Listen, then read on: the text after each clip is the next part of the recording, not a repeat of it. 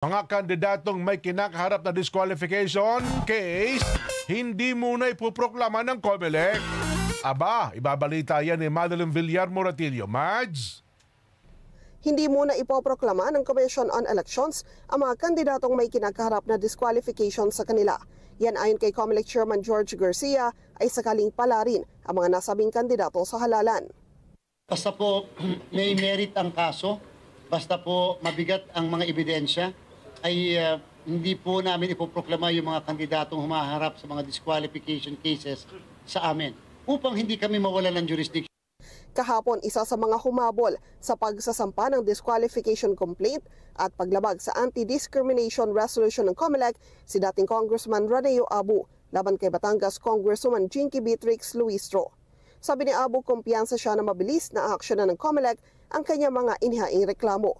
Kabilang sa kanilang isinumitean niya bilang ebidensya ay digital copies ng presensya ni Luistro sa panahon ng pamamahagi ng ayuda sa kanyang distrito. Kahit bawal, dahil simula na ng campaign period, naroon pa rin anya si Luistro sa pamamahagi ng ayuda gaya ng payout ng mga programa ng Department of Social Welfare and Development at ng Department of Labor and Employment. Makikita rin naman anya ito sa social media post ni Luistro.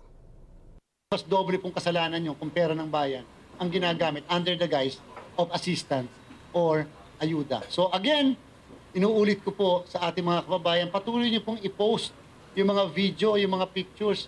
Kahit po sobrang dami na yan, konti ang tauhan namin, makikita at makikita namin yan, and we will issue show cause orders. Sa iwalay na reklamo ni Abu, dahil naman sa paglabag sa fair and anti-discriminatory guidelines ng COMELEC, idinidikit umano siya sa mga terorista kung saan idinagdag sa kanyang apelyido na Abu ang salitang Sayaf na direktang iniuugnay naman sa Abu Sayyaf Group. Madeline Villar Moratillo para sa 100% Balita.